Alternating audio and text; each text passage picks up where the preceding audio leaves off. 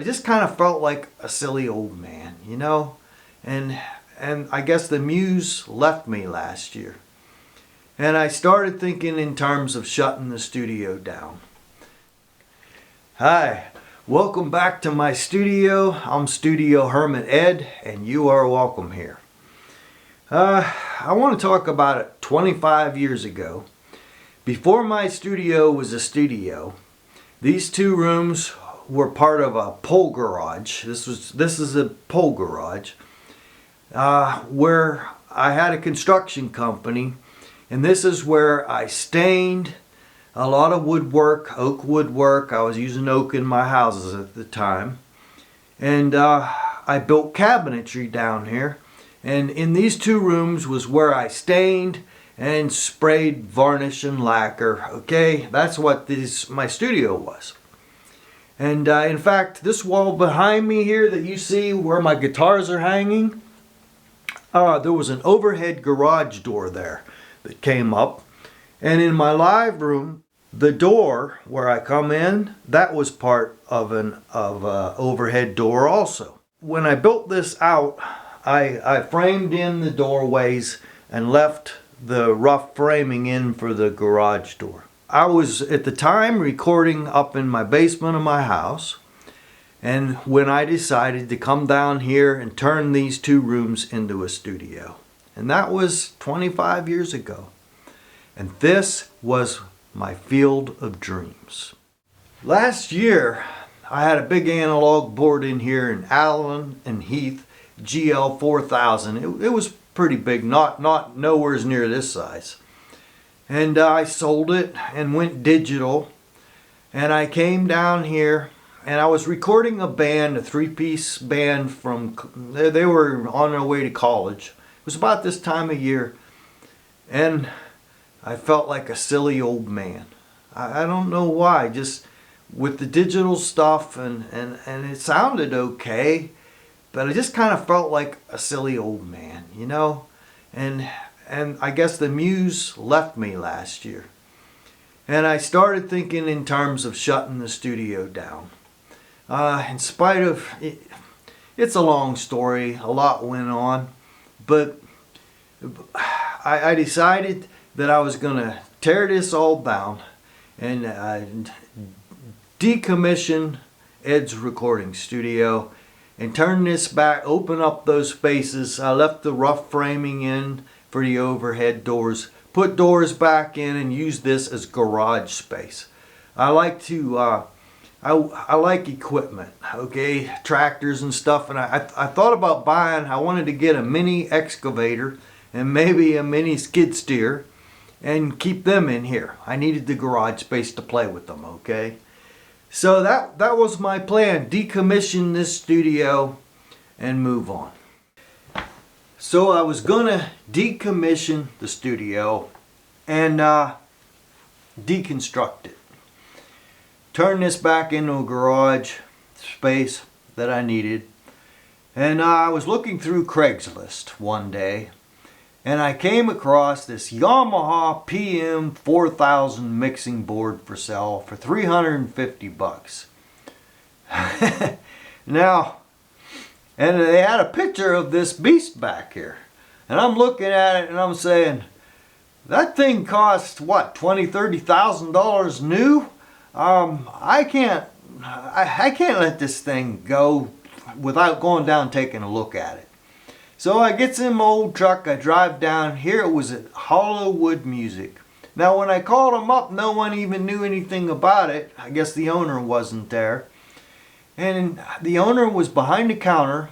I think it was a Wednesday when I walked in the door. And I said, you advertise this giant Yamaha PM4000?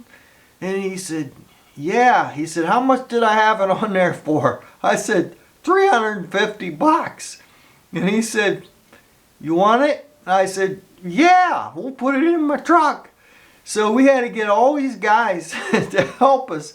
Now I felt so bad. I said, look, I gave him my credit card. I said, take $400, please. I felt so bad because I knew what this was, okay? So I gave him $400 and then I gave him extra cash for the guys that helped loaded up on my truck. I mean, holy crap. I mean, in the case, this thing was about 600 pounds, maybe more, okay? Probably closer to 700. So we loaded this thing up on the truck, and I videoed when I got it home, you know, taking it off the truck, because I thought it was, how in the world am I going to get this thing off my truck? And so I videotaped it, and I brought it in here. And this board, now the reason why I bought it, I thought this can't work. These were commissioned in 1992 when Yamaha came out with this PM4000. And I thought to myself, you know, I'm going to have to work on this. Give me something to do. I expected to tear each channel out and you know, maybe do some recapping and work on the power supplies. And I thought I'd spend years commissioning this mixing board. And I got it in here. You saw the video. Okay, I'll put it after this on one of them screenshots, okay? But I brought it in here and I managed to get it up. And I'm like, you know, and I didn't care if it sat in here. I was just going to work on it. And I thought, well, I wonder what would happen if I plugged the power supply in. And the fans were a little noisy. And it worked. It turned on and I'm like, hey, wait a minute here. So right away I turned it back off because it had a lot of dust bunnies in it, you know, everything. And I took that power supply out in my shop and I cleaned it all out real good. You know, I did a lot of deoxidizing, whatever that word is. But and I got it all cleaned up. I tore the board all apart and cleaned it all up. You know, I got it all clean. And I started it up and ran sound through it, and it wasn't even, I didn't get those crispies, you know. I mean, when it powered up and I ran sound through it, it sounded clear as a bell, and it sounded giant. I mean, I'm stunned. I've had big boards in here that sounded pretty good, but I mean, an Allen & Heath GL4000 is no slouch, okay? It was a pretty big mixing board, 38 preamps, I think. I sold it to a guy in Pittsburgh last year. I think that was part of my problem. But this thing sounds big. I mean, and I'm like, whoa. And 4 bands of parametric EQ. Come on. And plus, of course, the high pass filter. And it had the VCAs in it, and everything works. And every time I turn it on, it seems to sound bigger and better. So I was going to shut this all down, you know, and now I got this big sounding board. But I post on YouTube me bringing home that mixing board. And this is the crazy part, 38,000 people. So I'm up to 39 something now. I think this thing's going to do, I don't know how many views. Not my plan, okay? No way. So, but it's not just the numbers of the views. It's the comments. Y'all have been so kind to me. And the positive reinforcement that I needed at a strange time in my life when I was going to shut this all down and put excavators in here. You all over the world. I got positive comments from the UK, from South America, from Australia, from Japan, where this board was designed. I can't even begin to express how kind and reinforcing you all have been. And it's those comments and the fact that this thing sounds so big that I decided not to decommission my studio. And those excavators and mini skid steers will have to wait, because for a while here at least I'm going to keep recording bands. Now last year I told a bunch of them that I was done, that I was going to tear this down. and I'm kind of glad it didn't now. And it's because of this giant mixing board and your comments, not the numbers of views, although that helped, but it's just, you know, outpouring from all over the world telling me that they like what I'm doing.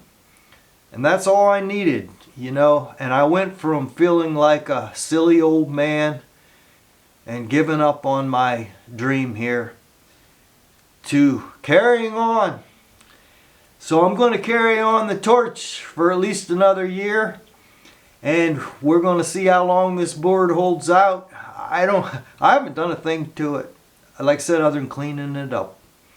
So I'm going to get bands in here and record them again. I'm going to call them up once I make sure the tracking works. I've got to record through all these preamps, you know, myself down here, and make sure everything's working before I bring a band in. But that's my plan. So this is Studio Hermit Ed, and I guess I'm no longer a hermit because almost 40,000 people are watching me now. So, hey, but thank you so much for the kind words and the words of encouragement. I'll carry on. This will be my 3-week update on this mixing board. And thank you so much. But for now, if you haven't already, subscribe, because I want you to come along on the journey with me. Studio Hermit Ed signing off for today. And thank you. Bye-bye. Yeah, I know, girl, yeah.